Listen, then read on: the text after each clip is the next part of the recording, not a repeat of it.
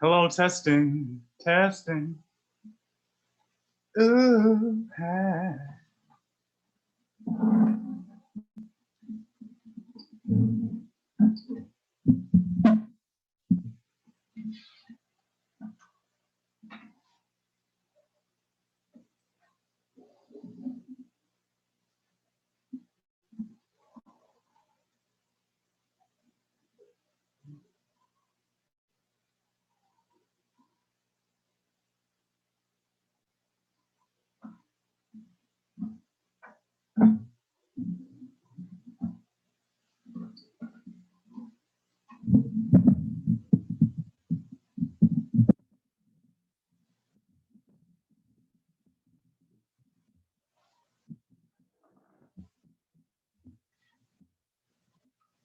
Oh.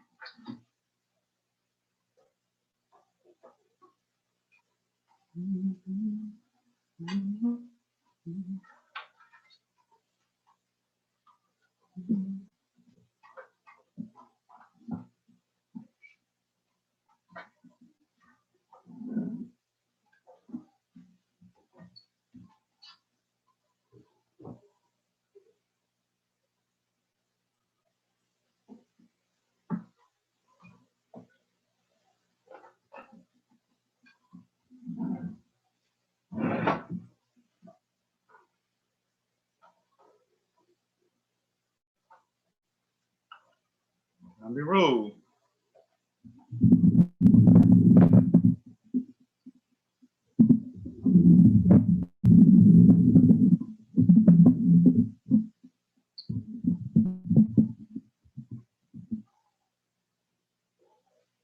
Fine.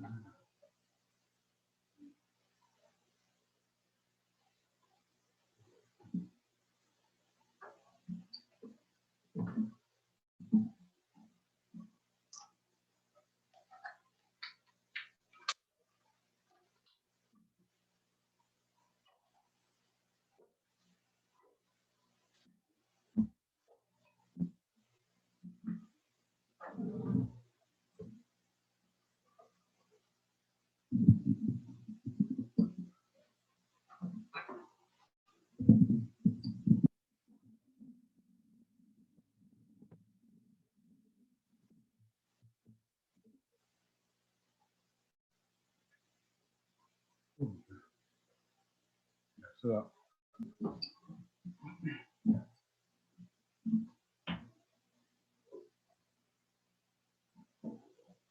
yeah, you might want to stop.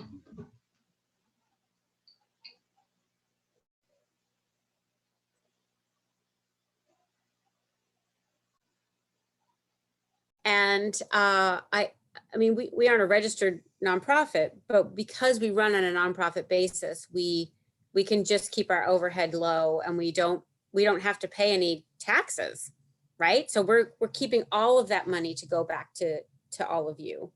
ASCAP is run in a very similar way. They have their overhead, and right now we both have overheads of about 11% on income for the year, so pretty low. And our distributions have been over $1 billion for the last 3 years in a row. We're very proud of that. And the classical distribution is, of course, a very small piece of that. The total value of the live classical is about 5 million per year at BMI. But when you think about, that's like 15,000 performances. That's a lot of money. And people might not be aware that that money is there. So signing up for BMI is free. Signing up for ASCAP, I think, has a $50 fee, but you can often get it waived. If you just ask them to waive it, they'll often waive it. And then you register your works, and that's a one-time thing. So you register your works so that you have your catalog so that they can match your works with the reported performances. And then you report your performances and you get a check. So it doesn't cost you anything. And it's one of the most important royalty streams for composers, especially at the beginning, because at the beginning, you're going to probably be your own publisher. So you won't have a publishing contract and you won't have sales and rentals from a publisher.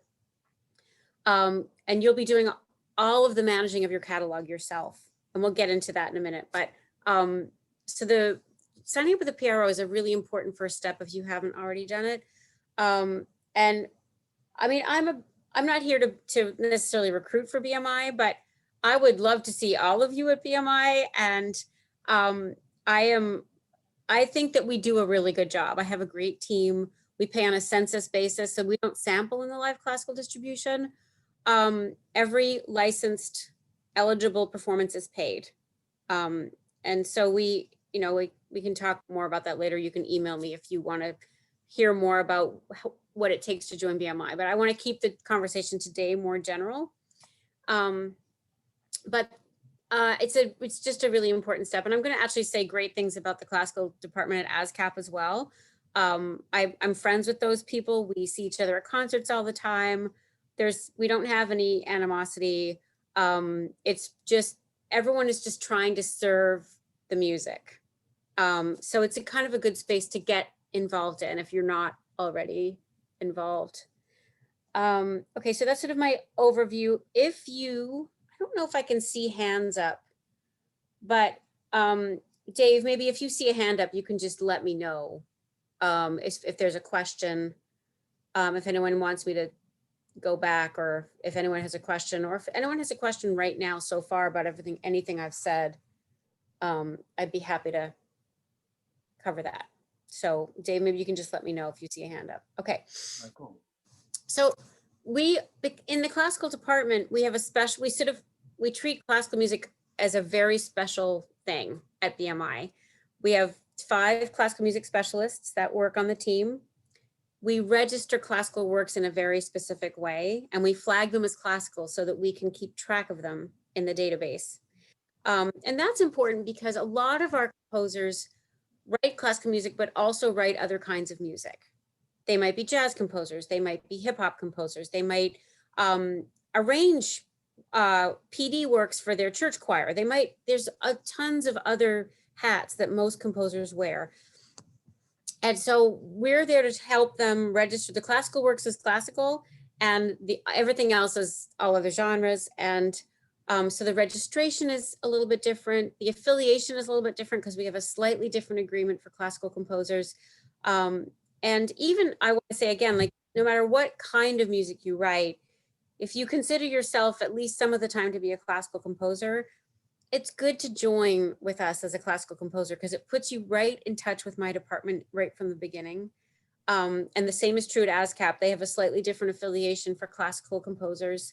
They register classical work slightly differently. So it's good to be in touch with those classical departments as you're joining, just so that we're aware of you. We can assist with those things to help everything fall into the right bucket, basically. No matter what you're writing, you can register it under one account. And that's true at ASCAP and BMI too. So if you're in a rock band and you want to put your rock songs in your catalog, you can do that. Your classical works will be registered as classical under a slightly different system, but all on our online system. And of course, whether it's a song cycle or a string quartet or a symphony orchestra work, or a solo cello piece, doesn't matter what it is, an oratorio, it can all be registered to your BMI or ASCAP account. The system for registering classical works was designed by my team. So we're trying to make it as user-friendly for classical composers as possible. And we try to sort of foresee everything you might need and everything that we might need to know, whether the work has text, whether the text was written by you, the composer, or another person. There's space for all of that. Whether this work is dramatic in nature, so if it was an opera, or music that was written for ballet or for musical theater. All of those details are collected in that system. So when you're registering the work, we're collecting all of those work details so that when the work is performed, we can match the work based on what we're seeing on the concert program. So, and if it sounds all kind of manual and librarian-ish, it is. It really is. So we're the last part of the company that still uses paper, which has made working from home incredibly difficult because we have to keep going into the office and like bringing home huge boxes of paper that we need to process for the distribution. But we basically still ask composers to submit the concert program. That is your report, your performance report. And we use the program for all kinds of things. We can see how many people perform. We can see, the venue. We see the presenter. We see who should be the licensee. All of the information we need is on that program. So when you report the performance, you're really just sending us a program. And if you weren't at the performance and you couldn't get a program, or the presenter or performer does not send you a program, we also accept the screenshot of the concert announcement from their website, or those kinds of things. You can always send screenshots from online.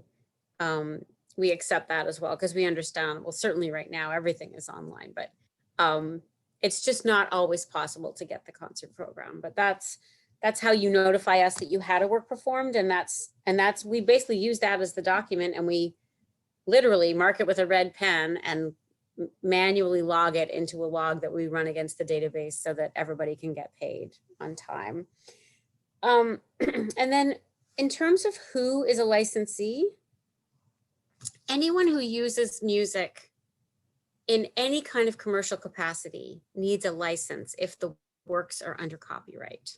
That's a matter of federal law, right? That's US copyright law. So fortunately for you guys and for my department, licensing compliance in the classical world is quite high, because we're all we tend to be rule followers. What can I say? Orchestras especially, there are about 950 orchestras in the US, and I think about 930 of them have a BMI license. And the ones that don't are often like, Orchestra of the Baroque, they don't need a license. They're not going to play anything that's under copyright or whatever. So if you are having a performance where the public is invited in, even if no tickets are sold, if the performers are paid, or if it's a professional hall rental and the conductor is paid, or if anyone is making their living from this concert, you should also be making your living from this concert. And so if there's not a license in place, we use that program, that concert report, to pursue the presenter for a license. So submitting the program is a really critical piece, even if you don't know if it's going to pay or not, even if you don't know if they have a license. That's for us to determine. You don't have to worry about that. But we are the ones doing that research and trying to make sure that people who are using the BMI catalog have a BMI license that gives them permission to do so. Almost all of our licenses, and certainly all of our licenses in the classical space, are blanket licenses. So we're not doing per program and we're not doing per work. We give them a license and it says you can use anything in the BMI repertory, which is like 12 million works or something at this point. It's a lot of music. It's a good deal. Our license is a good deal. And then they have certain reporting requirements and they pay their bills and we handle all of that. And then that income is what we use to pay the royalties to you all. Okay. Registered music with text. So I sort of touched on this, but yes, like I was just on the phone right before I joined you guys with a composer she's fabulous mezzo. She's just starting out. You might have heard of her. She's incredible. Her name is Adrienne Danrich, and she's written 2 shows. And one is about, it's called This Little Light of Mine. And I think it's about Marion McPart. No, who is it about? It's about, I'm going to blank on the name because I'm haven't thought about it, but you would be interested. And she saw a song cycle that is about the cultural renaissance in Harlem. Anyway, she and I went to college together and we're great friends, but she has written this song that is taking off, and she has a lyricist who wrote some of the words. And so when you go in to register a work with text, it will just ask you, like, who were the other writers? It sort of almost assumes that there are other writers. And if there are none, you click none. And if you are adding a text writer, then you click add a writer and you add that person. And if they're BMI and you're in the BMI system, then you're all set. If they belong to a different PRO, they have to register their work with their PRO. Our system right now will not communicate with ASCAPs, although we're getting there. We are going to get there because we're collaborating on a data project right now that sort of reconciles all of the North American data repertory. But for right now, the message is, if everybody on the work is a BMI composer, only one person has to register the work and they can just list everybody on the registration.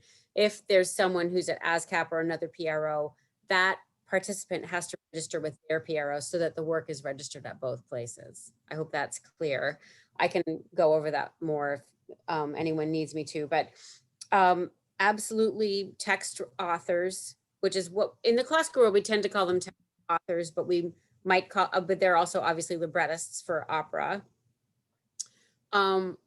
They typically do get a share, and it's very often a 50-50 split, unless in cases where you can imagine, I'm sure, where you might take a text, maybe a cycle of poems, and you set those poems, but then you have musical interludes that don't have text interspersed.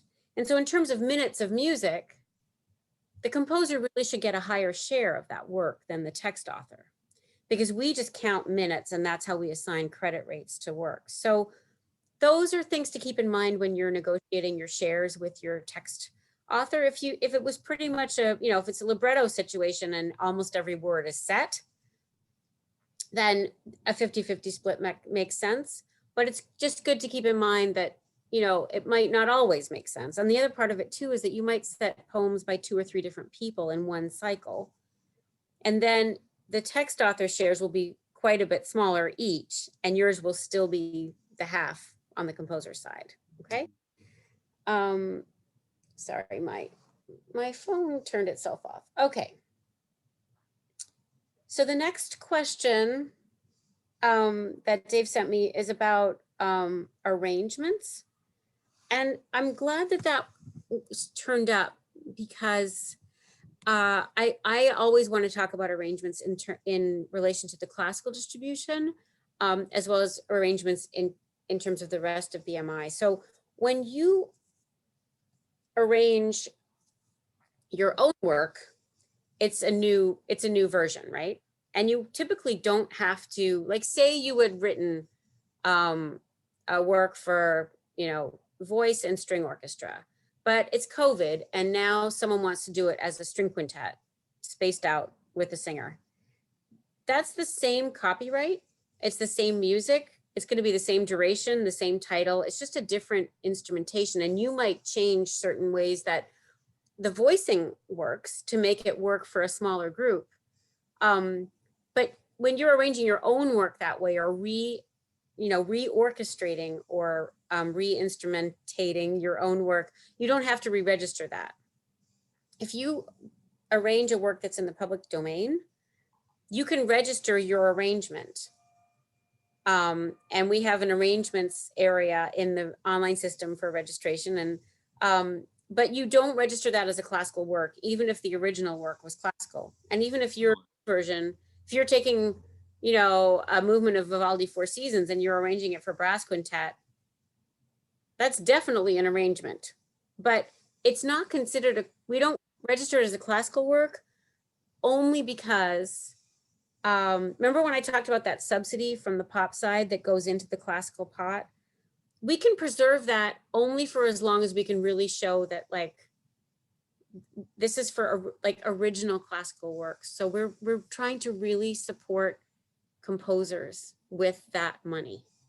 And we want to compensate new original work that's being performed, commissioned or not, doesn't matter if it was commissioned or not, but what does matter is that it was originally conceived for a live classical performance with a seated audience, not originally conceived for going straight to CD or for a rock band that was then arranged for string quartet, and then the arrangements of PD works fall into that category as well. They're not eligible for the live classical distribution because otherwise that's where all our money would go. Because there's a zillion arrangements out there that we would then need to include, and then we can't support the community that we really are there to support, which is actual classical composers. So arrangements are eligible for royalties everywhere at BMI and ASCAP. ASCAP, by the way, I will only point out the differences between ASCAP and BOI when we don't have identical policies. This is another identical policy between BNI and ASCAP. Arrangements aren't eligible for the live classical distribution at ASCAP either. So it's got to be your own original work if it's going to get registered as a classical work. I just want to just put a thumbtack. The reason why I asked that, well, I'll get that to you, because I know like pretty much most of the people who are in this call have done some sort of arrangement, a spiritual or what have you. So yeah, so this is kind of the information that I definitely wanted to make sure that we knew. Right, and I want to be clear that like those arrangements, when they are, say it was recorded and played on the radio or streamed on Spotify or whatever, those are all payable performances for your arrangement. So it's just a different category, and this is just because we have such special handling of classical music at BMI that we have to exclude arrangements or we would have no money left for original works. So that's how that works. But thank you for reminding me about that. And then there's a question here for if the librettist has not joined a PRO, which is super common, and thank you for reminding me about that. There's two ways you can handle it. You can assign all of the royalties to yourself if you have an agreement with your librettist that you'll pay them their share when you get paid. And a lot of our composers have done it that way for a long time. We don't really recommend it for two reasons. One is you might be friends now, but you might not be friends in a decade. And also when composers and librettists eventually pass away, it makes the succession of the royalty stream incredibly complicated when there's not an official registration for the librettist at a PRO. So it works fine in the short term, but if the work has legs and it continues to be performed, it's not a fantastic long-term solution. So you can set it up that way, especially like, okay, first performance, the person doesn't get their act together. And so you agree to give them their share out of what you're paid. But I would strongly recommend saying like, at the end of this year, I'm not going to do that anymore. And you need to register with either BMI or ASCAP. It takes 5 minutes and it's free. And then if they don't, you update the registration to assign yourself your share and assign them their name, their share, and it'll come up as they are not affiliated. They're not a member anywhere. And so that share will just go away. It won't get paid. And it'll be really on that writer to manage their own life in terms of the, getting paid for their own work when it's used in musical work. And, some people never catch up, and it's a shame, but it does happen. We have unpayable shares every year because text authors didn't join.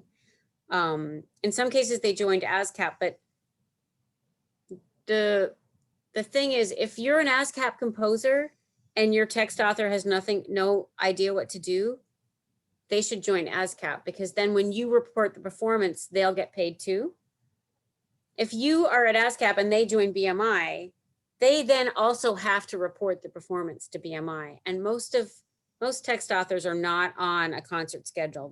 They're not tuned into this. So they might not get paid. They might get paid because we comb a lot of repertory. But if it's not our composer, we might not catch that the text author is our writer. So if you are already with a PRO and your text author doesn't know where to join, encourage them to join up wherever you are.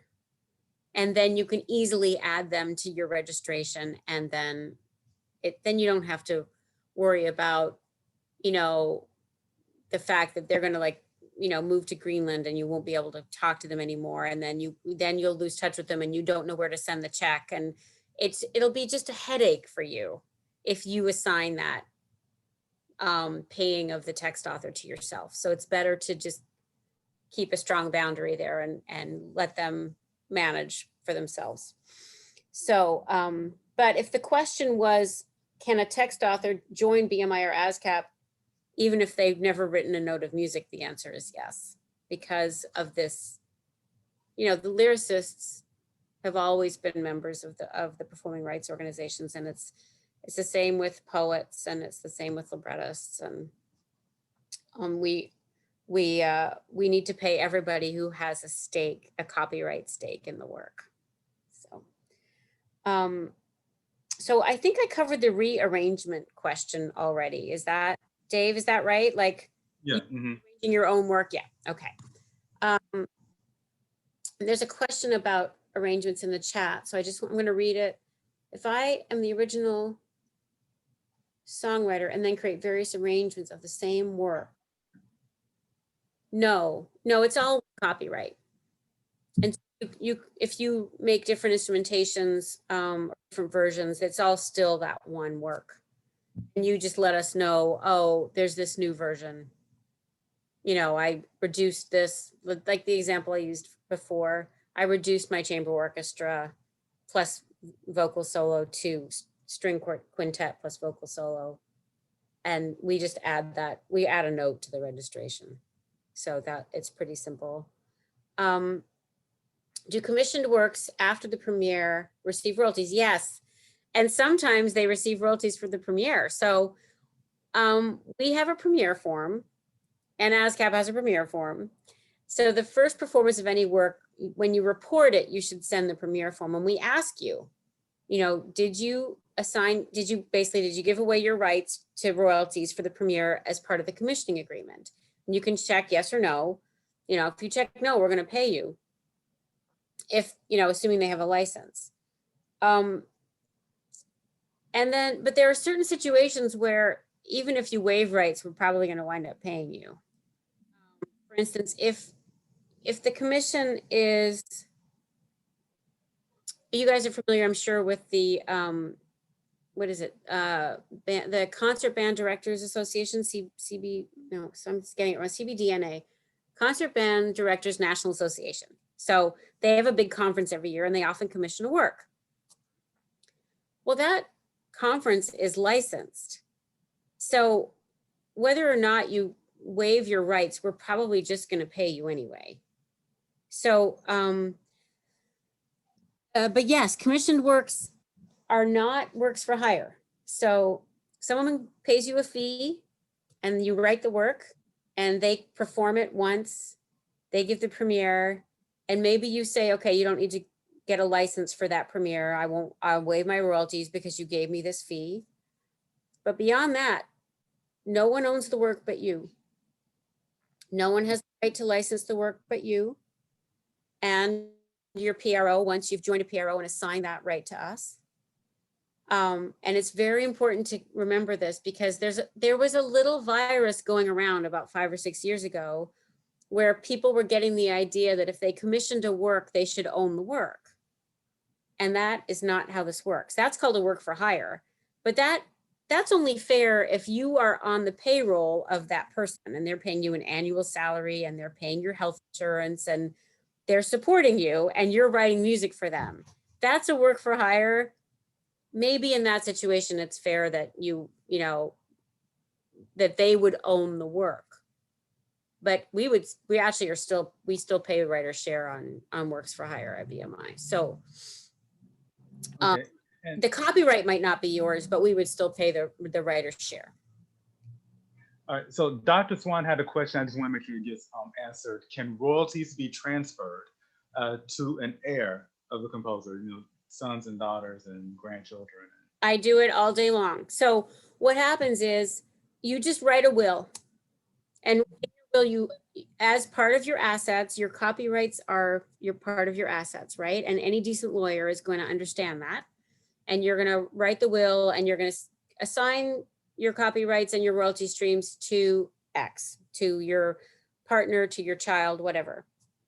As long as it's in the will, then, you know, when the writer passes away, when the composer passes away, either I hear about it, I sometimes hear about it through the grapevine, or the family gets in touch with me and I send them a little questionnaire. And when they send it back, they have to send me a copy of the will. And whatever's in the will is what we do. So if you leave them to your children, say you have 3 children, we're going to take that part of the will and we're going to use that to create 3 separate accounts, payee accounts for your children. And we send each of your children an agreement that they have to sign and send back. And once they've done that, whenever your works are performed, we're going to split those royalties into 3 and pay your children instead. And that goes on for the term of the work, which is right now, anything written since 1978 is your life plus 70 years. And if you have say you have a song cycle in there and your text author is, you know, 20 years younger than you and they live longer, they outlive you, that work is in copyright until 70 years after that person dies. So it's the last living creator plus 70 years. Wow. Which is a pretty long time. A lot of countries only have 50 years. US has 70.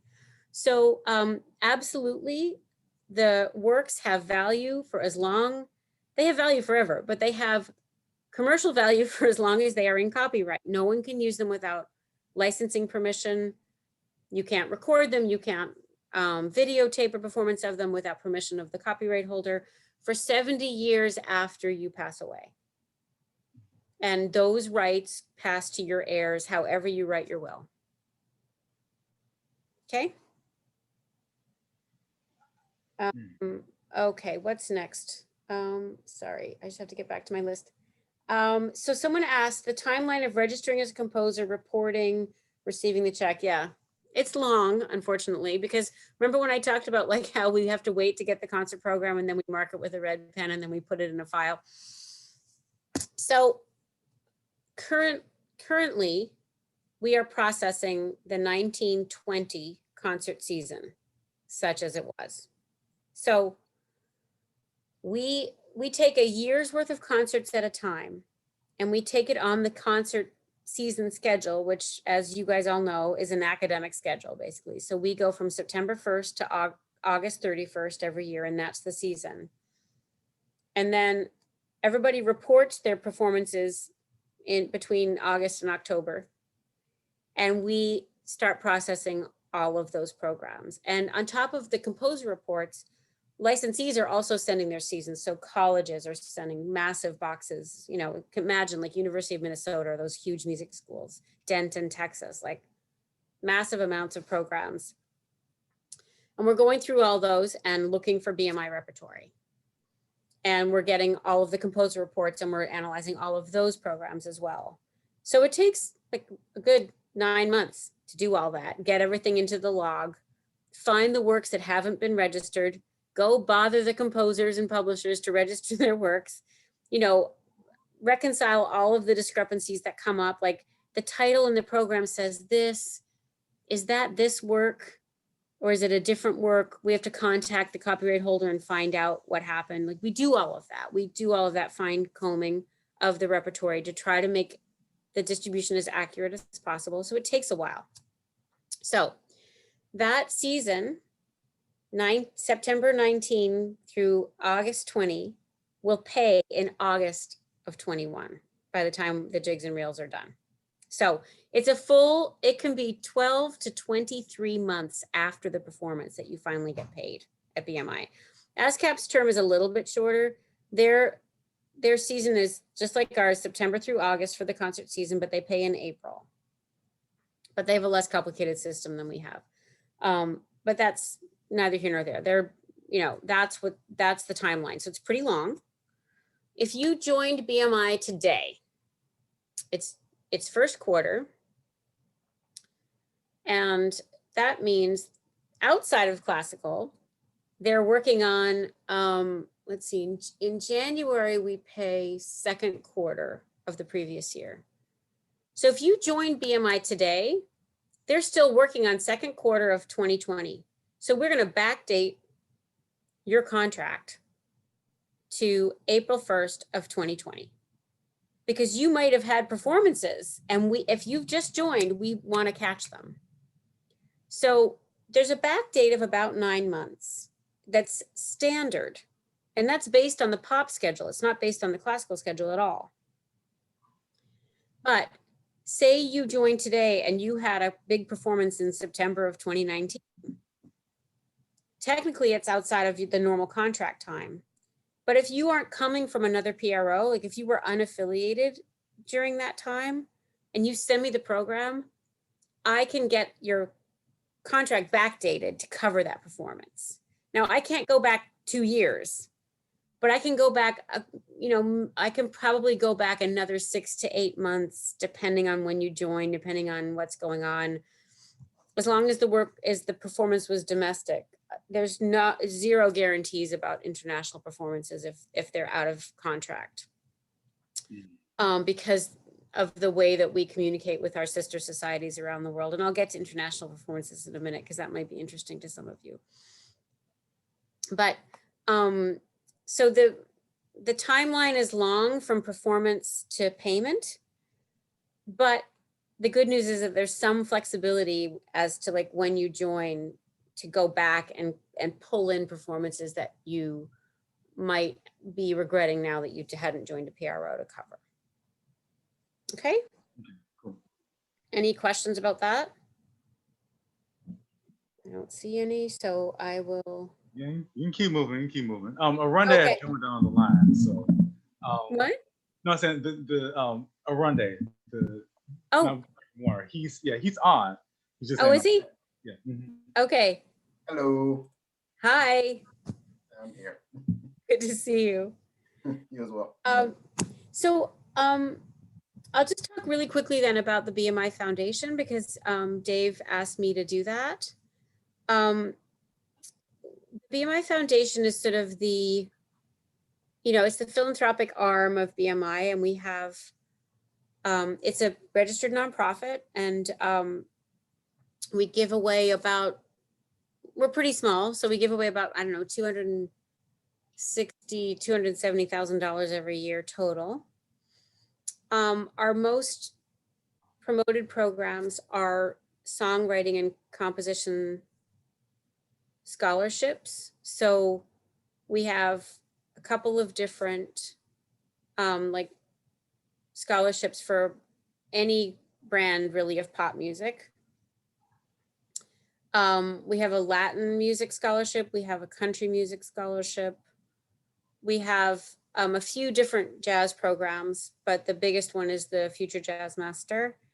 And we have this BMI Student Composer Awards, which is for classical composers.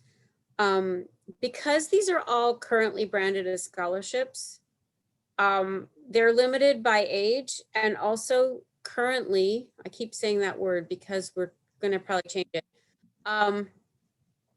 available only to people who are enrolled in post-secondary education. So it can be a community college or a four-year institution. It can be full-time or part-time. But they were conceived originally as scholarships to basically help with tuition fees. We're re-examining all of that currently, especially with the way that the production of music has been sort of democratized by technology. A lot of people who are writing really good music and deserve support are not choosing to go to college. And we don't want to be cutting people out of our programs because of that. So we are moving in the direction of turning these scholarship programs into career grants instead, which may mean that we will certainly do away with the college rule, but also maybe expand ages a little bit. So I just wanted to say that because I think it's just important to understand that the BMI Foundation was founded at a specific time and place by a specific group of people, and the group of people has changed, and we are trying to change our policies and remove barriers. And just to be perfectly frank, especially remove barriers for composers and songwriters of color who have been habitually excluded and overlooked. And we as a board of the foundation are aware of this, and we are expanding our board and inviting our new members to really examine the way that we give money and the way that we structure our programs so that we are being as inclusive as possible. The other things that the BMI Foundation does besides the songwriting and composition scholarships is we have a program called the New Music Grants, which is really for any 501c3 that's presenting or performing new American music. We give small operations grants just to keep, especially in areas away from the urban centers where it's harder to keep that kind of thing going. We try to give money to chamber music festivals or choral music festivals or whatever that need it. And really the only requirement is that they be like not a massive budget organization. We don't give to people who have a budget of over 2 million. Because we don't want the New York Phil applying. We want, small presenters applying that are more in touch with living composers. And they have to have a fairly high percentage of programming that is written in the last 50 years. So we're very focused on the living composer and the connection with the ensemble presenter and audience. So that's sort of our nexus that we work in. And then we have ad hoc programs occasionally. This year we asked for and received a grant from Spotify for COVID relief. So we were able to quickly give away money to organizations that needed it to keep on their feet while they had to sort of stop selling tickets and stop giving concerts. So you can, Dave put the link in the chat and you can peruse that more.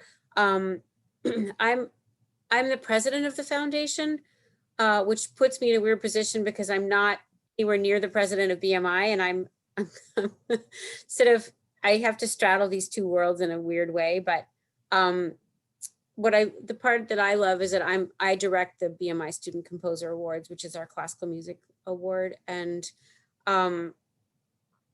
we try very hard to remove barriers to entry and make the whole system anonymous. So, and we have, I think, done pretty well with gender and racial diversity in our programs, at least recently. What I find is that the easier it is to apply, the more diverse our pools are, and that's what we're looking for. So I would encourage any of you who meet the age requirements to apply. And if you are teaching or mentoring students who write classical music, there are really no restrictions on length of work, scope of work, genre of work. People submit solo flute pieces and people submit 400-page operas and everything in between. So it's and electronic works and works for acoustic instruments with electronic processing. And, we just don't put restrictions on what people can submit. We want to hear what is out there.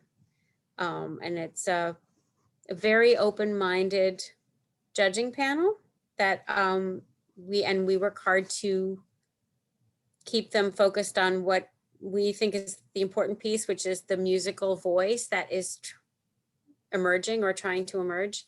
I think there's just a, anyway, there's good opportunities there. And I want to point out that ASCAP also has a composers competition for young composers, the Morton Gould Awards, I think it's called.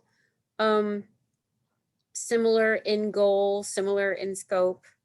And it's a little bit different, but it's still a really good opportunity, and it's also free to apply.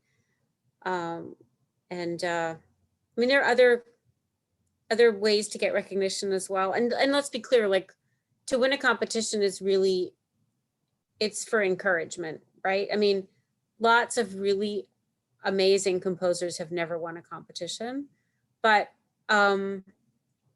when you're young, especially, and you receive recognition like that, it can be just so encouraging to keep going. So I try to encourage as many people who as are eligible to apply for that program, and for our other programs too. If you write pop music, you should send a song to the John Lennon scholarship, and or if you write Latin jazz or whatever, you know, there's a lot of room there. And we love it when we find new voices that we didn't know about before. It's always a really exciting time when we announce our winners. Awesome. Well, thank you so much for all this information. Even some things I didn't even know. So we can all collect this wonderful.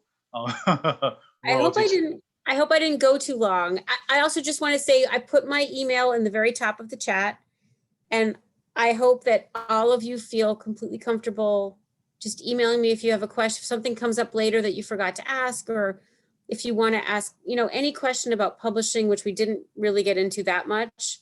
But fortunately, my colleague is about to get into it, so you'll hear from him. I'm going to sit back and listen. And I hope to hear from you, and I just wish everybody the best and the best of luck in your work and in your careers. Thank you, Deirdre. Everybody give a round of applause. Yay!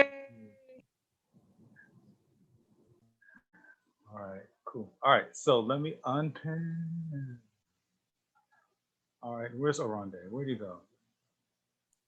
I'm here. There you go. All right, let me pin you. There we go.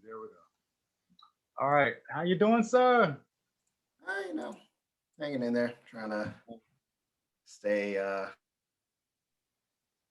functional and sane in this insane time. Hello, You know. hello. All right, so let me just introduce you real quick. So this is Orondé Jenkins, one of my friends, who I've met since I've been here in Nashville, since he's been here in Nashville too. So he's a creative business consultant and senior licensing manager for Warner Music, as well as the founder of Music Pub 101. He's also a creative. He is just a Renaissance man, jack of all trades, with photography, videography. He's a musical artist and songwriter in his own right, too, as well, and just an all-around good person to know, basically. So Orondé, great to have you here. Thank you for entering our room of composers to tell us about the commercial end of commercial, or whatever you want to call it, side of music publishing and all of that, and what's going on in the world today, and how we can collect a good coin from it. I'll do my best. Yeah. So is there like a line of questioning, or should I just like chat about copyright, or? You can dive in. And I was gonna say this too as well, because I know I said in like the agenda that we, wrap up at whatever 4:15, 5:15 Eastern, and us talk. But I want to make sure we get all this information. So I mean, if we need to go into overtime or whatever, we all pretty much know each other. And if we don't, we can connect. But I want to make sure that we get the information that we need to get from you, so we can hang out. That's fine. Yeah. So I know we chatted briefly yesterday, and you wanted me to kind of go over just kind of the general consensus of like what copyright is, and what music publishing is from my perspective as someone who works for a label. And I guess just without knowing everyone's kind of knowledge level on copyright, I can just mention that it's basically just a form of protection by US law granted to authors of original works of authorship, which is like literary, if you're a composer, if you're a playwright, you know, so on and so forth. And it grants all copyright owners the right to perform your work, display your work, reproduce your work, distribute it, and prepare derivatives, meaning you can make like different versions of your copyrighted works.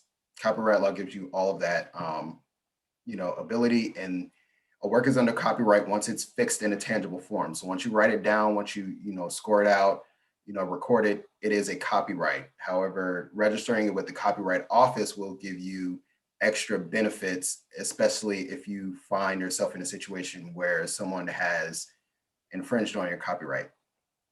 So there are certain protections that you can only get if your copyright is registered with the Copyright Office. And as it pertains to, you know, what Dave said, the commercial side of, you know, when you hear a song on a radio or, you know, in a television show, what you're experiencing there is two separate copyrights. You're experiencing the master recording, which is the audible sound you hear, and then you're also experiencing the underlying composition, which is the music and lyric portion, which is what you guys mainly deal with. And music publishing deals specifically with the underlying composition. What else can I talk about? I don't want to do my whole like presentation. I mean, we can ask you questions, or I mean, I got a whole situation. Well, go for it. Okay. Yeah. I mean, okay. So let's put it like this. I'll kind of cut to a chase because a lot of us here are composers living in, you know, 2021 with a lot of things because of the pandemic, what have you, being streamed, you know, concerts, lives, all the situation. How, you know, let's talk about kind of like sync and all of that. When organizations pay us to, say, hey, Dave, can we use your music, or all that good stuff? So sync deals specifically with when you tie audio to video. So it's tying music to picture. The audio visual portion is like the syncing of it. So the sync world, it's kind of two levels. So typically if someone wants to use a piece of your music that's already recorded, they have to, for like a television show or, you know, something to that effect, they have to contact the master owner, whoever owns that audio recording, and they also have to contact the publisher, whoever owns the underlying composition.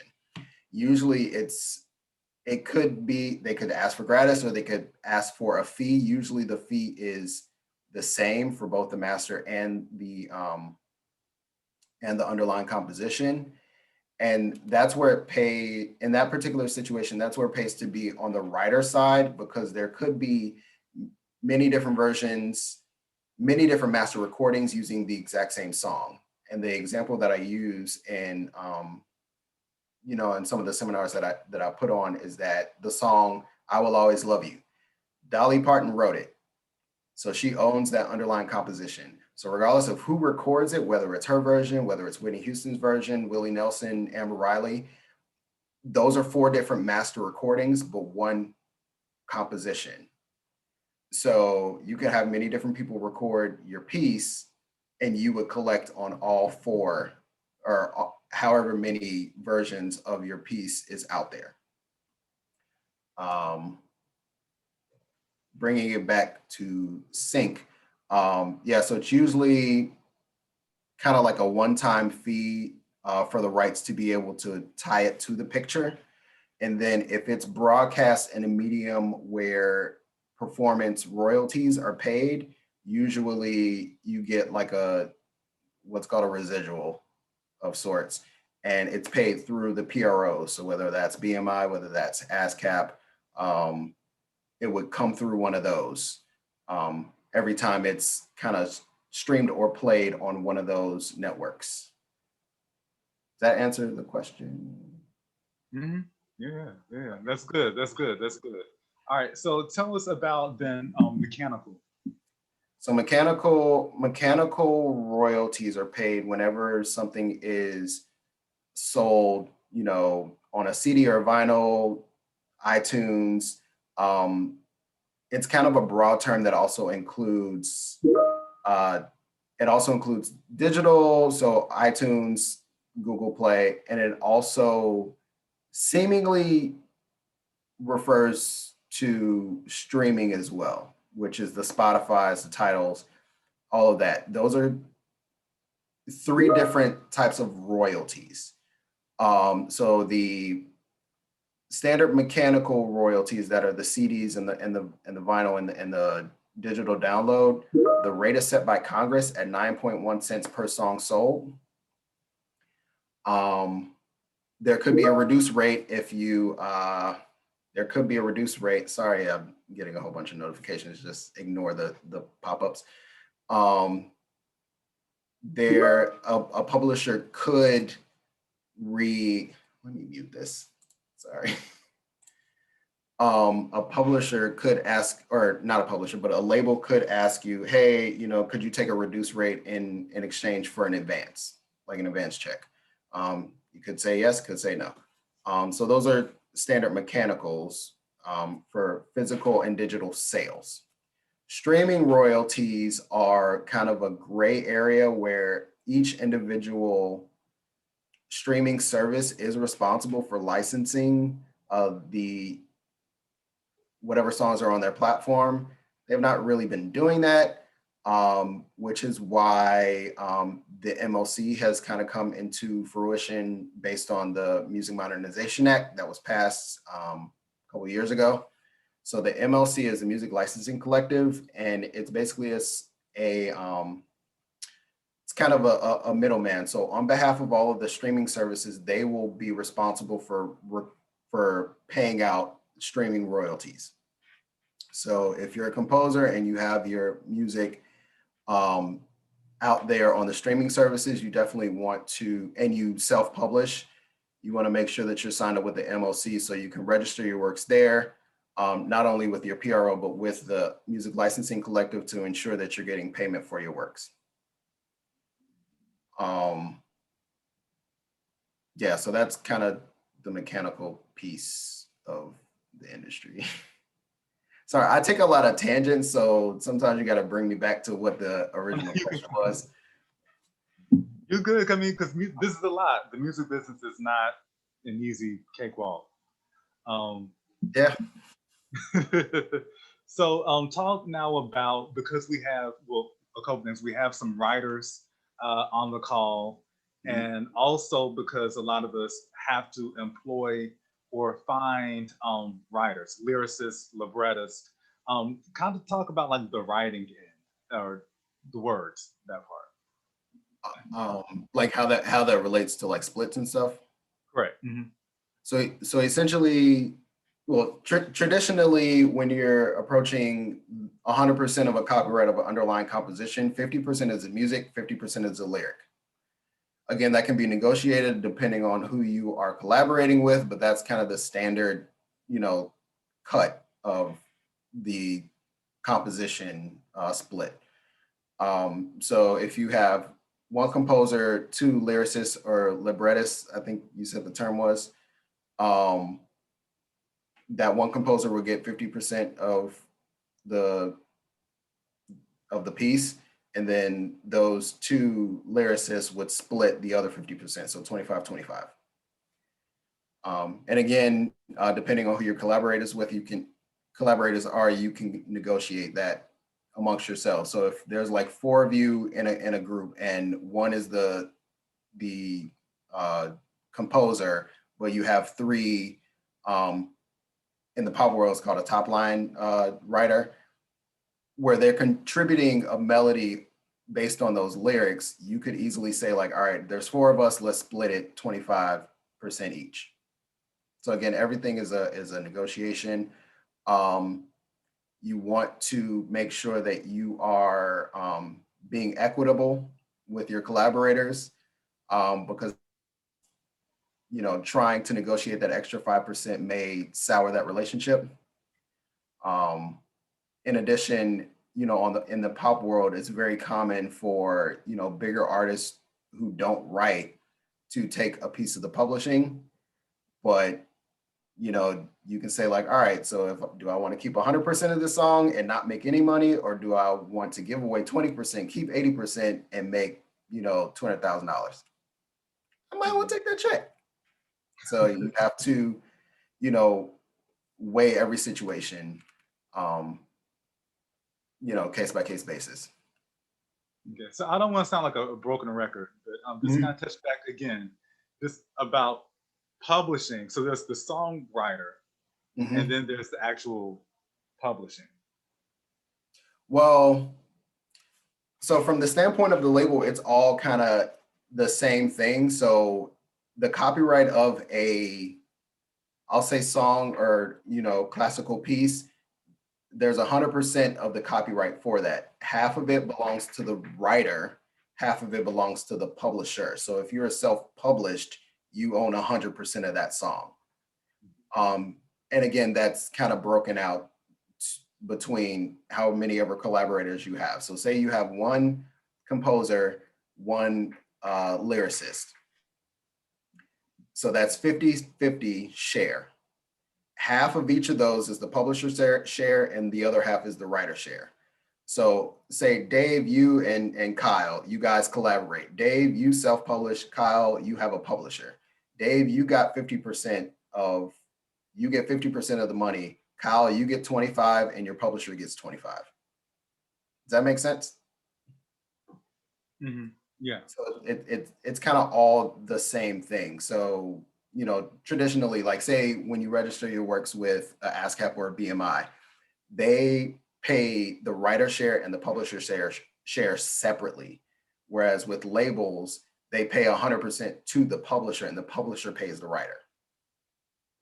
So from the performance rights aspect, the writer gets their share directly and the publisher gets their share directly in terms of performance royalties. When something's played on the radio or on a television show, those are performance royalties.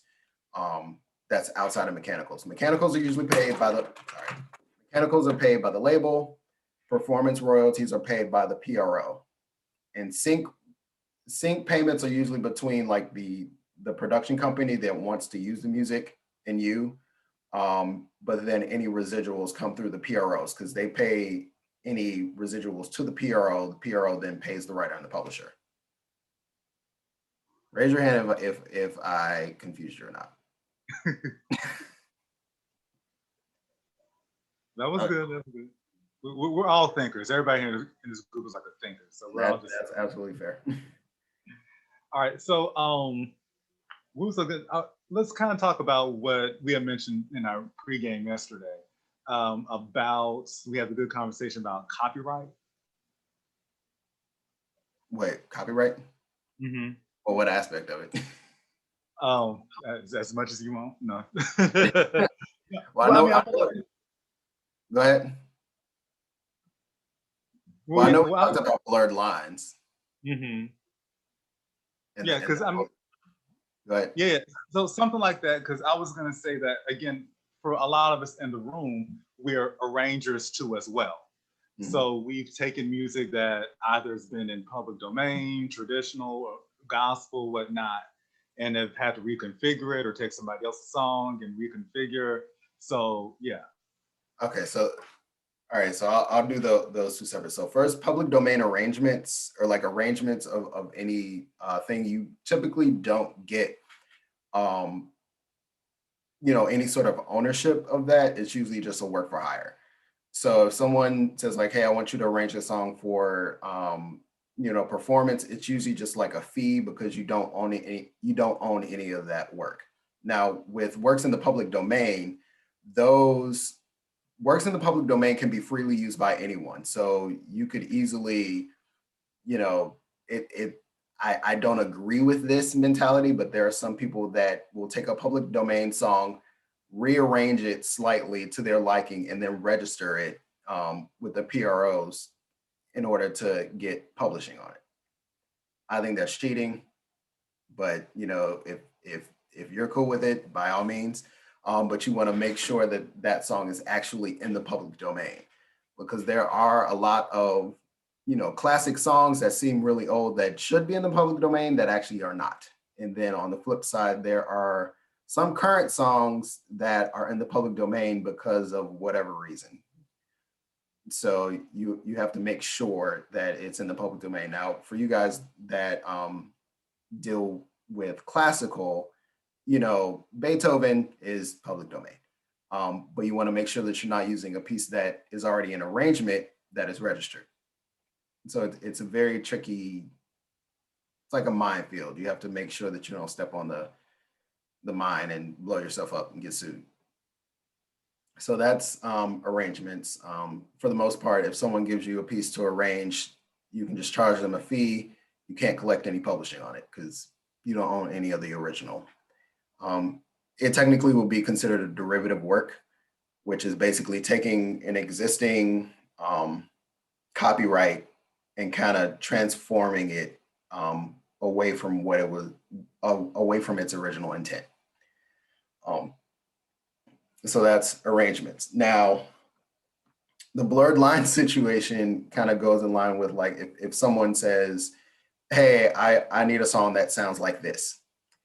There is a way to kind of get the spirit of it without stealing that piece. Now, in my opinion, Blurred Lines was a straight jack of Got to Give It Up by Marvin Gaye. The first time I heard it, I was like, oh, right as it started, said, oh, who remade Got to Give It Up? And then I heard the lyrics, and my first thought was, oh, I hope they cleared that. Because it sounds exactly like it, just different chords, different lyrics. And I was telling Dave yesterday, I took a beat making class in college years and years ago, and the instructor essentially walked us through how, you know, composers that produce like sound-alikes, how they do it. They basically just drag the song that they want to emulate into their digital audio workstation, like their Pro Tools, their Logic, and they just play along with it. And so, in my opinion, what I think Pharrell and Robin Thicke did was take Got to Give It Up into Pro Tools, played along with it, and switched some of the chords, but they didn't change the spirit and the groove of it. So going forward to the lawsuit, before the lawsuit even happened, there was an interview out that said, an interview with Robin Thicke, where he said, hey, I went to Pharrell and said, you know, I want to do a record like Got to Give It Up by Marvin Gaye. So we went in and knocked it out.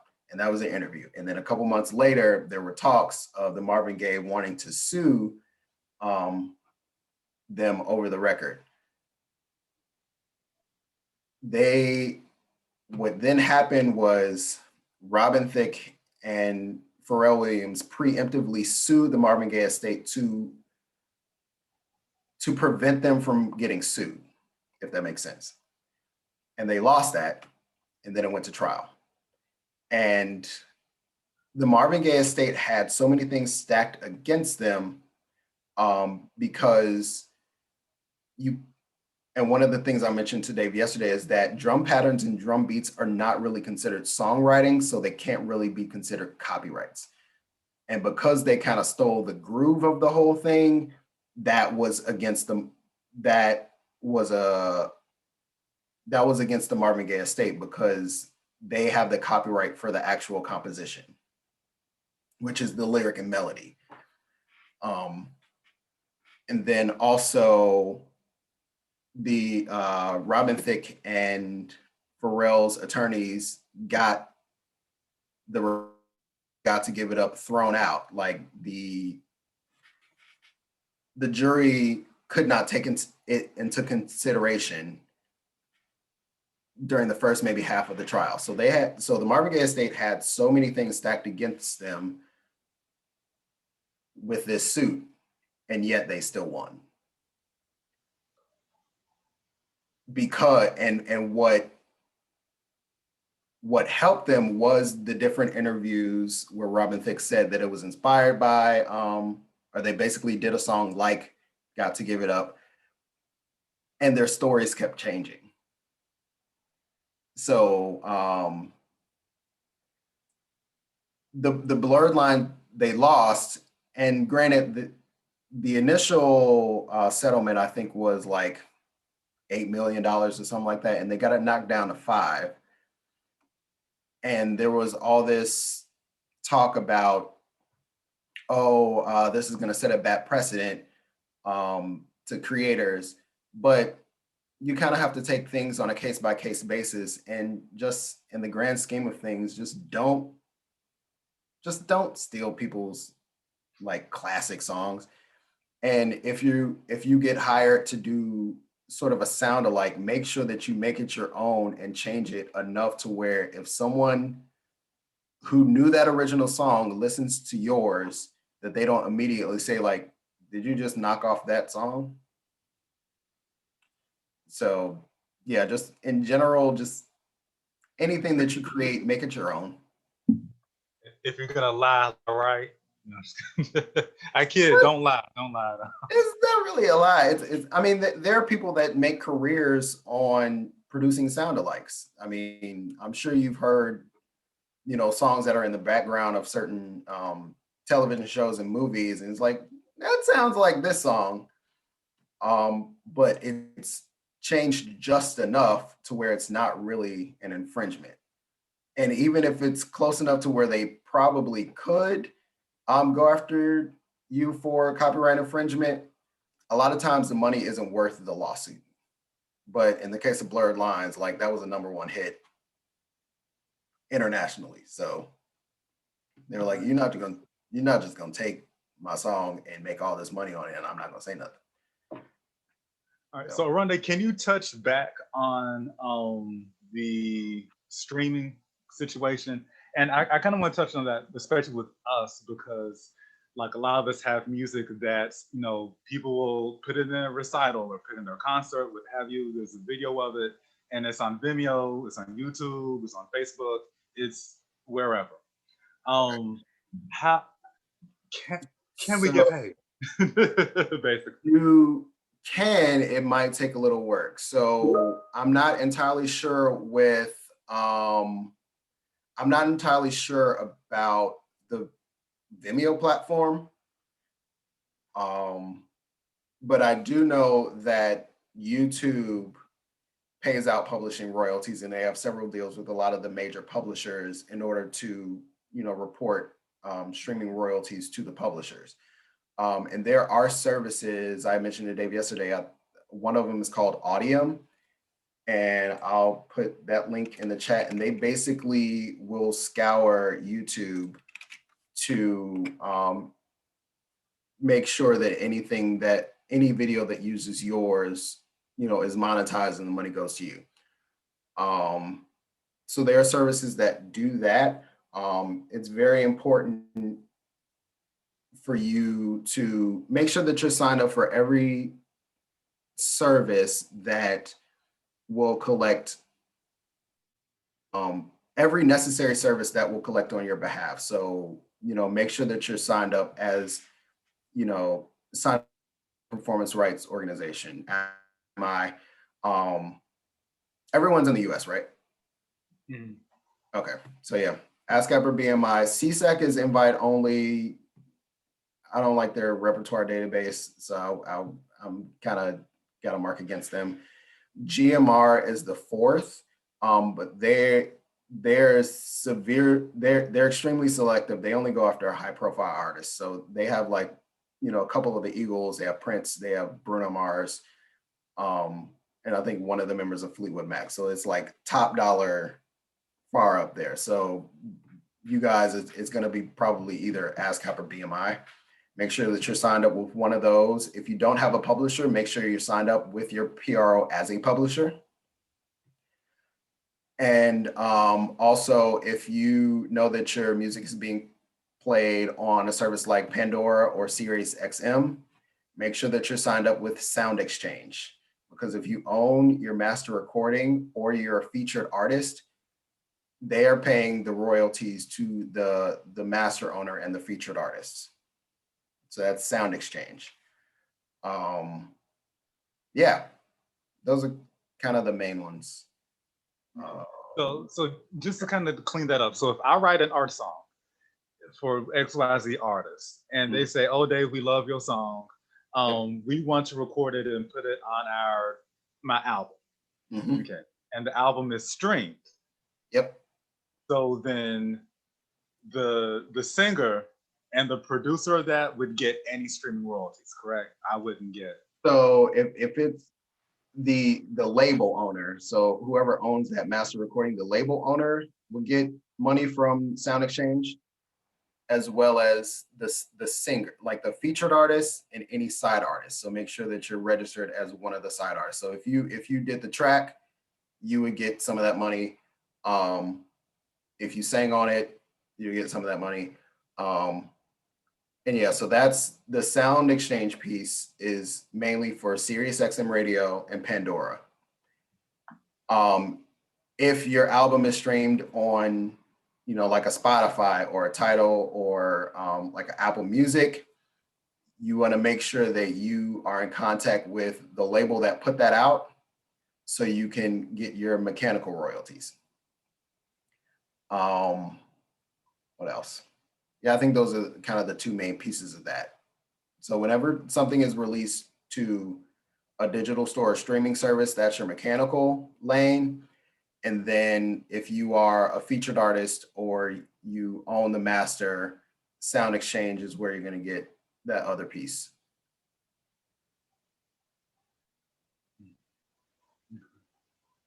All right, cool. Lori, I see your question. Yeah. What about songs being featured in an independent film? What kind of license? So that's a sync. That would be a sync use. And whoever produced that film or the person that is doing their music supervision, they would be in contact with you to get the rights for you to even include it. So if they use it without your permission, you should probably say like, "Hey, run me my money or take it down." Yeah, so that's the first step.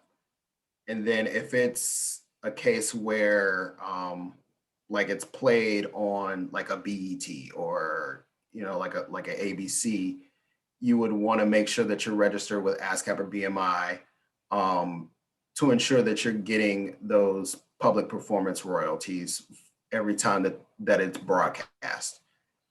And then Deirdre said, I forgot to say, we're joining by, you don't need to join as publisher, well, for any.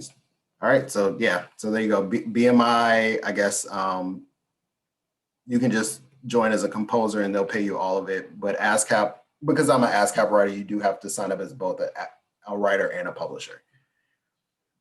Did that answer the question? Again, I'll bounce around. Yeah, you're good. So everybody has questions, feel free to put in chat, hop in. Yeah, I want to make sure everybody gets this good information. All right, so I have a question for you. So this is the situation I'm putting myself out there on Front Street about when a recording is created of your song. And I think, Deirdre, you could probably answer this question too. So, for example, I was at the local classical music radio station here. And as part of like a little local composers program where they have artists come in and whatnot. So one of my singer friends was there and she sung one of my art songs and for that program. Now, what happened was the programmers at the radio station started putting that song into rotation. So a performance was created and it's also being played on rotation by the radio station. That's a tricky situation because technically, I guess that radio station technically owns that master recording, but it doesn't seem like there was any agreement. Well, I guess it's assumed that you agreed to it because you were featured on that radio program. Radio royalties are very vague in the US because in a lot of cases they don't pay performance royalties because it's considered a promotional use. So it's it's tricky. Yeah, Deirdre says music copyright is pretty fractured in the US. That is an understatement. Yeah, it's bad. Sync right, mechanical right, distribution right, these can all be owned by different entities. Yeah, sync comes from the producer of the video. Yep. With radio,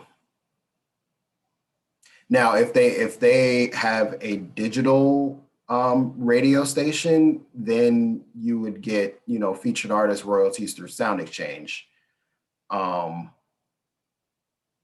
But yeah, I'm not too familiar with how radio royalties work, but to my understanding, a lot of times they consider it a promotional use and you don't really see anything. But still make sure that you have that piece registered with ASCAP or BMI. Hey, Orondé, I hate to jump in, but I can actually By illuminate all means, go. because this comes up all the time for me. So Orondé is absolutely right. There is no artist royalty on the radio because it's considered a promotional activity for the label. But there is a performance royalty for the underlying work. Remember he had a fantastic example a few minutes ago of the Dolly Parton song that all these different people have recorded. So the recordings are the masters. Those are the records, and those rights are owned by the label. And there are no payments to labels for performances on the radio. But Dolly Parton and her publishing company are getting paid every time that work is performed on the radio for the underlying work, which is the performance right, separate from the master right. Bam. Okay, I'm gonna sign off. Just wanted to mention that. And anytime you have an answer that I don't know, please jump in, because again, I'm coming from the perspective of the label. Right, I know that. And the thing is, you did know the answer. It's just that I explain it in a different way than you do. That's all. It's all cool. Go ahead. Yeah. So did that answer your question, Dave? It does. Because with us, like composers, we're always in like a muddled, tricky predicament with people asking, oh, hey, can we do your piece? And then it's like, okay, what kind of life is this piece gonna have? Is it, you know, in somebody's, you know, recital, somebody's opera, somebody's concert where it won't get recorded? Or hey, is it gonna get recorded? And if so, is it gonna be streamed? Is it gonna be sold? Is it gonna be on YouTube? So, and that's, yeah. So composers, you guys pretty much live in the performance right world, in that even when it's, you know, a case where, say for example, you get a piece that is in, you know, a concert series that's at a let's just say at the Ryman, like there's a week-long concert series at the Ryman, and your piece gets played every night.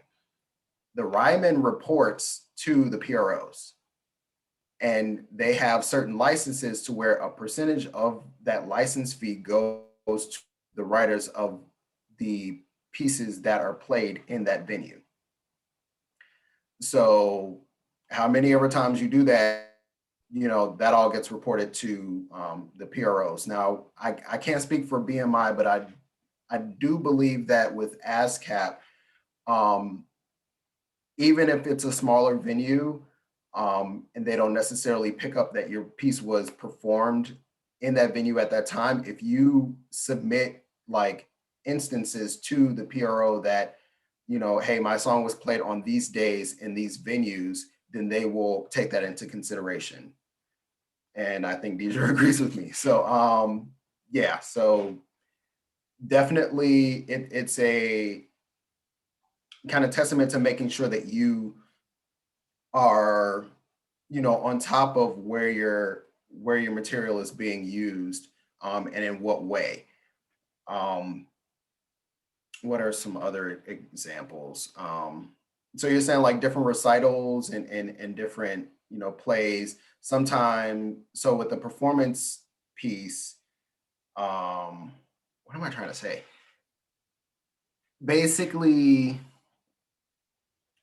just make sure that you know when your music is being used and in what way. It doesn't necessarily have to always come with a fee because it could come from the back end. If it's being performed in a public space, if that space has a license with the PRO and you report it to the PRO, they will take that into consideration. If it's being recorded, that will, constitute a mechanical use, and you would need to contact or need to be in communication with whoever is facilitating that recorded use. If it's being broadcast in a television show or something to that effect, that's usually a one-time fee where that production company needs to talk to you to not only get the rights to use it in their piece, but in what manner that they're going to use it, where it's going to be distributed, how long that they want the rights to use it. So for example, we'll do a license for a particular concert film, and we're reaching out to the publisher and saying like, hey, we want to include this song in this concert film. Will you agree to this particular royalty rate, this particular advance check? So against how many of our sales that we have, these are the territories that it's going to be distributed in, and this is how long we're going to exploit it. So it could be, a case where, we want to sell this DVD with your song on it in the US and Canada for 7 years, or in perpetuity, auto renewals. And we're going to give you this, this rate per sale, and we're going to give you an advance against sales of this amount. So that would be, for like a DVD or like a DVD or a Blu-ray. If it's being used in just like a film, it's usually just a one-time fee. Like, hey, we're going to use this in this film. We're going to give you this check, this one-time fee, and then if the distribution changes, you can always negotiate that up front or in the back end. So again, the sync piece is a negotiation. So it just depends on where your piece is being used. All right, so you got 2 questions in the chat. Okay. One from Bryson. So if music is being performed for educational purposes or by a nonprofit, does that affect royalties? It's tricky. So there is the fair use doctrine in copyright law that allows for if it's like an educational use in a classroom, or if it's like criticism, it's parody. There are these different types of circumstances to where someone could use a copyrighted piece without paying royalties, but it's a very thin line, and there are like 4 different kind of parameters to judge if it's fair use or not. But just in general, if they're making money off of the use of your piece, it's not fair use. I would add to that really only the copyright holder is going to say it's determined fair use, and it's a very shaky ground to assume you can stand on. I always, you have to contact an attorney if you're thinking about claiming fair use. But in terms of performances, I just wanted to chime in because we get this question a lot with, K through like high school bands and that kind of thing. BMI and ASCAP don't license K through 12 institutions at all. We just grant them an educational exemption. So there won't be any royalties if your work is performed by a high school choir. Unless, the big unless, is if they're at the state music educators conference. Every single state has them, Maryland music educators, whatever. They have state conferences, and the all state bands and orchestras perform at them, and those are licensed, at least by BMI. I'm pretty sure they must be by ASCAP as well.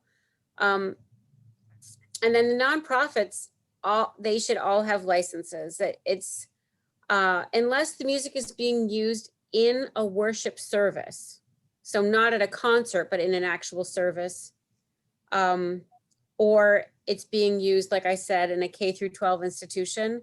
And then the only other big exception is the military bands. The standalone military bands are not licensed by BMI and ASCAP because you don't want to put yourself in the position of suing the government. So we just step away from the military organizations. Again, 2 exceptions, the Naval Academy and West Point both have excellent wind ensembles, and they're both under college licenses in the US. So they're both licensed by BMI. Okay, I'm gonna shut up now. Please keep chiming in because I'm learning. Because I have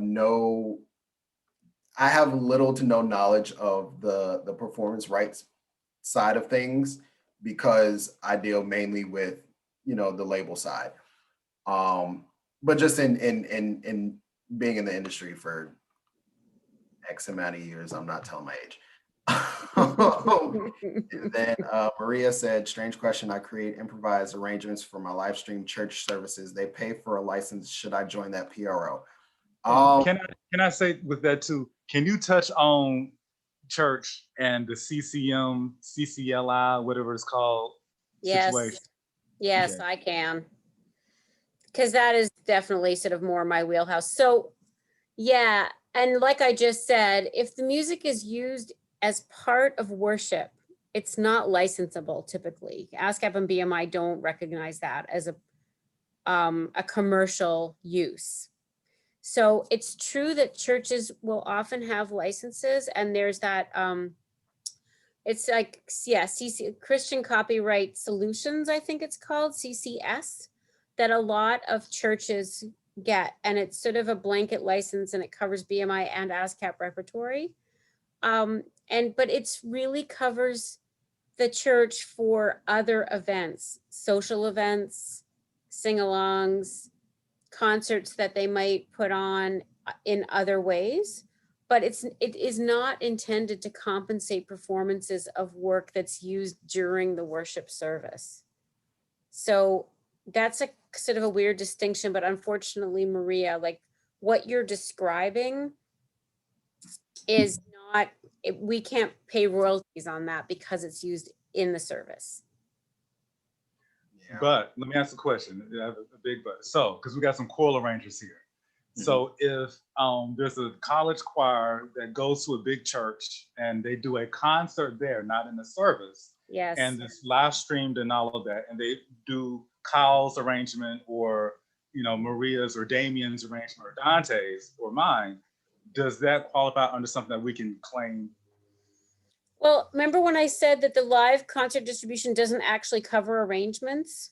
So on the live concert side, we would exclude it on the basis that it was an arrangement. But say you wrote an original work and that was performed, absolutely. If that church had the CCS license, even if it was a high school choir, it will be covered by the church's license, and we would include that in the distribution.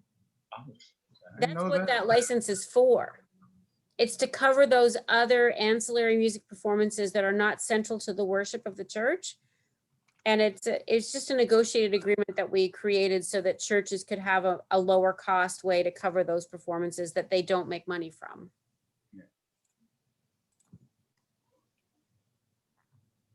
Yeah, I do know that some of the churches that I know that have that license, they do it just to make sure that they don't encounter problems. Right. Because they're bigger churches.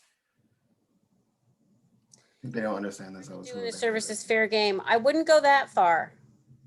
I think. So the church is raising money. That's it, I think. Yeah. And I think, I mean, if you were improvising and you brought in a pop song that's still under copyright, like let's just say, probably nothing is ever going to happen to you. And I think the CCS license would probably protect the church in that case. But you couldn't like then go and use that arrangement outside of that setting, or God forbid, publish it or try to do anything else with it. When you're using someone else's copyrighted work, you can't do anything without permission to use it. Absolutely. I think it'd be, because they seem to feel that because they're live streaming and it's going to stay on YouTube, that they have to make sure that it's covered under copyright because people might see it and then give donations, or I don't know exactly what the rationale was, but all of a sudden when we started live streaming, it became this big deal that they had to make sure that the music they used during the service was on the list of things covered by that license. So, but you're saying that's not really necessary as long as it's during the service and not Well, like. no, but I'm It's on saying YouTube. within the church itself, once it's on the internet, it's a commercial use. Yeah. And they're right, it has to be on that list. Yeah. Yeah. Okay. So my question, like if I'm, because I will create a postlude on like an old hymn. That's typically what I'll do. And so, I mean, it's not, I'm not doing that expecting like there's some huge payday waiting because people really love this version of it. I was just wondering, like following that line of logic, is that, I mean, that's something that they're just trying to be covered for because once it's on YouTube, then someone could make a copyright claim. Is that kind of where that's going? Yeah, that's where that's going. Although if it's an old enough hymn, it shouldn't matter. If it's public domain, you can do absolutely anything you want with it. Right, but I'm not, okay, I think I understand, yeah. Yeah, Okay. but if you're using, say you're using something from like the 30s and it's probably still under copyright, chances are. So if it's just within the four walls of the church, it's covered by that license, but once it's streamed to the outside world, it could become a copyright problem for the church. But probably the worst thing that's going to happen is that you'll get a takedown notice from somebody. Yeah. Okay. Or And then if or I decide I want to write, if I say, okay, that was a great arrangement, I'm going to write down that organ arrangement that I just did. That would be my way of, register that arrangement once I've written it down, register it with you, and the performance of it that I did during the church service is kind of not relevant to anything. Okay, Right. so so if you recorded the performance of it, that master recording, whoever owns that, that's a copyright in and of itself. If you have an arrangement of a public domain song and it's, drastically, it's your own arrangement. It's not just like, okay, I made a third, I did a 3-part harmony over the exact same thing, but it's like significantly different. You can register that with one of the performance rights organizations as an arrangement and collect like a reduced out. Now I can't speak on BMI, but I know ASCAP, you can have a specific percentage of copyright royalties paid to you as the arranger. Yeah, it's 1/5 of the royalty for an original work for arrangements, and it's the same at ASCAP and BMI. So yeah. So I mean, if you have more questions about the ins and outs of that, Maria, we can talk about it more, but the general idea is if it's in the public domain, do whatever you want. If it's not in the public domain and you really like what you did with it, you can get permission to use the work. In many, many cases, you just have to ask the publisher of the original work for permission to use that melody, that whatever in your work, and they may want to see it or they may want to hear a recording or whatever. But often you can pay a fee and sign an agreement and you can use the work. Yep. You might not be able to collect royalties for it, but you can at least use it legally without getting sued. It'll depend on how generous their agreement is. Yeah, just rule of thumb, get permission. Always. And so is that how like agencies like Harry Fox come into play? We have to find the song and see if they got the information. Well, Harry Fox is a decent resource to figure out who owns a particular composition. You can also search the databases of ASCAP and BMI. I will say that they revamped their database, their online databases, and I really appreciate them now because it'll lay out like who owns what much more than it used to before. So that way you can see who owns that song, and then you can then contact them, to work something out. Yeah, but Harry Fox is a licensing agent on behalf of publishers and independent songwriters. And they will collect mechanical royalties on behalf of those writers from the labels. So you don't necessarily have to sign up with Harry Fox as a creator, but you can use them as a resource to figure out if you've done an arrangement of a song that's under copyright. You can search their database to see who owns it. And you can, and if you are putting out, you know, your own recording of that song, you can license, if they are affiliated with Harry Fox, you can license it through Harry Fox.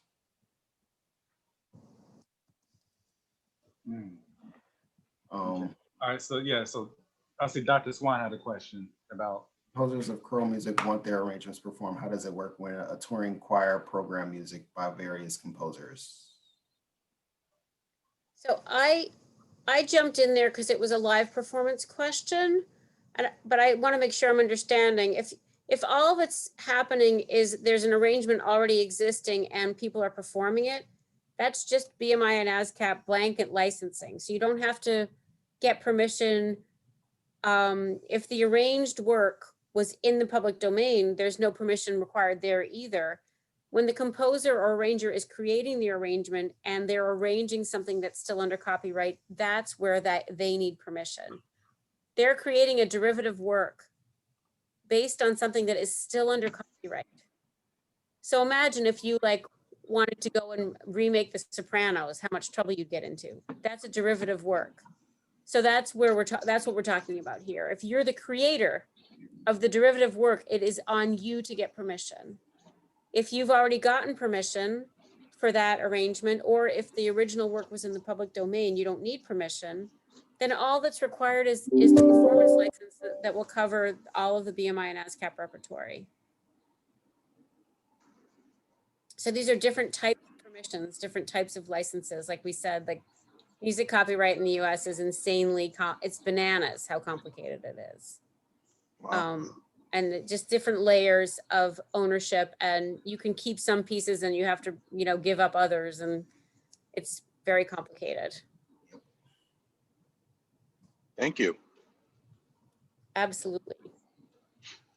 Quick question, would your school have to actually obtain those licenses, or would you as the director of choral activities do that? We license colleges. We have like 3,500 college licenses in the US. If you're teaching at an institution and you present a concert at your school, even if it's just your own recital, it's covered by the college license. Anything you do as a registered student, as a faculty member, as a staff member, as a, you know, doctoral candidate, whatever, is covered by the college license. Thank you. Good to know. Thank you.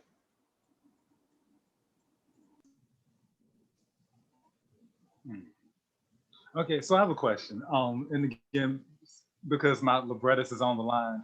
And this kind of, I guess, an example that a lot of us are in, or maybe will be in very soon because it's 2021. In that so Nashville Opera asked me and the librettist Mary McCallum to write an opera. It was supposed to have been done and performed in person. However, you know, because of Mother Rona, they made it virtual to where they shot it as a movie. We had our agreements and whatnot with Nashville Opera about, you know, the premiere and all of that. And they shot the movie. It was for sale, still is technically for sale, to where people can watch it, you know, pay-per-view on Vimeo. As far as the life of it, I believe they, for certain reasons I don't want to get into, want to make that a quote unquote commercial release.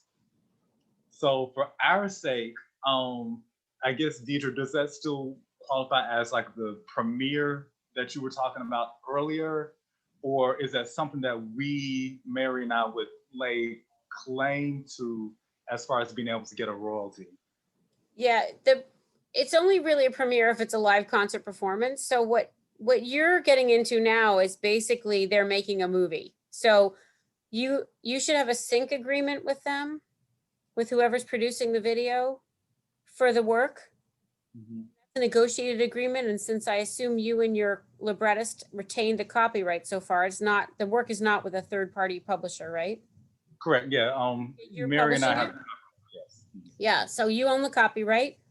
So they negotiate the value of the sync license with you, which would include how long that video is up, whether or not it's behind a paywall, all that stuff. The same way you would negotiate the grand rights, performance rights, if it was going to be mounted live.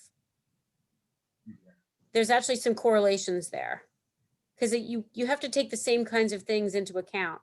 First of all, the size and the wealth of the organization that's using your work, how long it's going to be available, what people are paying to see it. Those are basically the three big parameters when you're negotiating grand rights for a live opera. And same things you need to consider when you're negotiating sync rights for a classical work. You should be getting a sync fee from them. And then we don't, BMI and ASCAP don't pay on grand rights. We have rules in place for like COVID replacement performances, like exactly the situation you're in. It was supposed to be live, but it was on a video instead. It was streamed instead. It's complicated, so you should get in touch with me and we can go through it more. But you're basically making a movie. It's not an opera anymore. So it's very much you're in sync world. Exactly what she said. It's a sync. Yeah, it was definitely a movie. Yeah, exactly. It's like, it's not a live performance anymore. Yeah. So, yeah. But congrats. I mean, I can't wait to see it. I'm about to go back and look at that contract. Make sure they When did paid I you. sign? Oh my God, that's another thing I forgot to say. Read every word of your contracts. Don't sign away rights unless you know what you're signing away. Have someone read it for you if you're not sure. I have so many composers who've signed away rights they didn't mean to sign away. Just make sure you know what you're signing. Read every line Yes. a couple times. I've seen both examples where people have signed away everything and but I just thought I was signing up for this contest. And then on a flip side, I had someone crying to me saying, I think I signed all my publishing away. And I looked at it and I was like, this is just a mechanical license. And they gave you full stat, like you're fine. So definitely read everything. Read everything. Yeah, read it. And if you're not sure what it says, take it to someone who can explain it to you. Even if you wind up asking an attorney, it's worth it to make sure that you're retaining your rights when you want to retain them. And if you're signing them away, that you're being compensated fairly.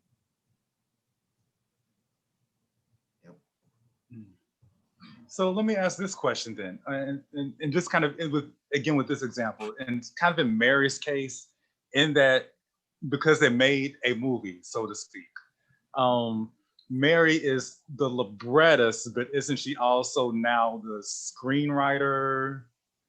So how does that? Well, you're talking about a musical work. Mm-hmm. So it really is just a sync license for the musical work that includes text. Yes. Okay. Gotcha. So if you were, in the vernacular, yeah, she's sort of a screenwriter, but in this context, it's just a musical work that was filmed, that was made into a film. Yeah. So she's still the librettist. That's still her role. You're still the composer. That's still your role. There's just this whole video component that was not going to be there before that's now been attached to your music, and that's where the license comes in. Okay.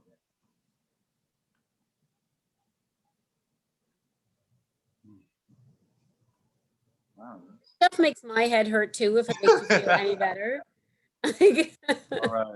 All right. So anybody else, are there any other questions? I know Orondé, you gotta hop off for another situation, correct? Yeah, I got about 8 minutes. Yeah.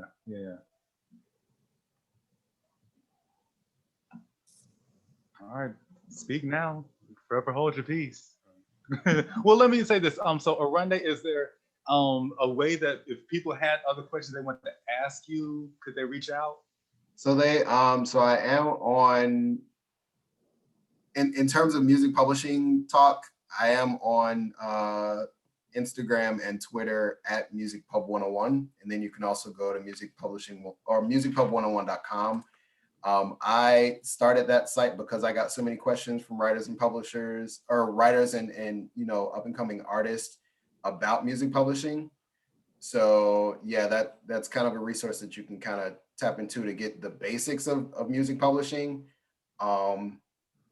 Yeah, so that's kind of the best way to contact me, just Instagram and Twitter. I'll put it in the chat.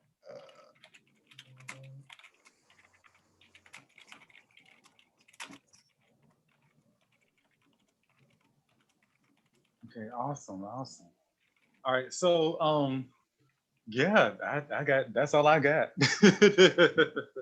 That's so I would say for everyone, if you do want to, like, put your handles and all of that, in the chat, you're welcome to. I have everybody's information from the Google form and all of that. But yeah, this has been a wonderful, honestly for me, mind blowing. There's always something new that I learn from, like, a music publishing, session and seminar and workshop and everything. And I've been in Nashville for like 14 years. And every time I go to something like this, it's always something new. Because I mean, music business is always changing, and it's new rules and laws and what is this, and is it an orange or an apple, and all of that. So yeah, so definitely thank you so much, Deirdre, for your time. Thank you so much, Orondé, for your time. This is recorded. Yeah, it will be recorded in the cloud and all of that. So hopefully I can pull it down off the cloud and edit it and put it on a YouTube or something like that. This has been some very, very much wonderful information. And yeah, that's what I got. That's what I got. Any other questions for anybody? Or okay. So everyone, thank you so. Oh, I was just saying thank you to all of you, all three of you. Thank you so much. Thank you. Awesome. It's been a huge pleasure for me to be here. Thank you so much. It's been lovely to interact with you, and please get in touch by email, or I'm old, so I use Facebook, but I'm the only Deirdre Chadwick in North America as far as I can tell. So I'm really easy to find. You can message me there. I sometimes post competitions and things there. If you want to friend me there, that's totally cool. I'm friends mostly with composers on there. So, or just use my email. If a question comes up, I'd be happy to help anybody. And thank you for inviting me so much, Dave. This has been great. Awesome, awesome, absolutely, absolutely. And so, just for sake of time, I won't belabor the hour and whatnot. Pretty much everybody on the call knows me, and and whatnot. But yeah, if there are any like opportunities and whatnot, I'll email them out, like New Music America's grant situation, Opera America, their stuff. And it was great to find out again today about the BMI situation. So I knew about it, but I didn't really know about the scope of it. So another, funding opportunity is always welcome, as the composers. But yeah, we can wrap it up here. It's definitely been real. And I appreciate everybody on the call. Definitely stay in touch with me. My doors swing on welcome hinges, as the old folks say. But yeah, so we'll go ahead and wrap it up here and say, thank you all. Thank you everybody for coming and attending. And I hope to do this again very much in the near future. I think my next one probably will be about PR, marketing. I'm an MBA. I can talk about marketing till the cows come home. How to market yourself as an artist and all of that. So definitely be on the lookout. I would hope to get that done within the next couple of weeks while people are still at home in the cold and not out when it's hot. All right, so y'all, love y'all, appreciate y'all, and yeah, see you soon. All right, goodbye. Bye.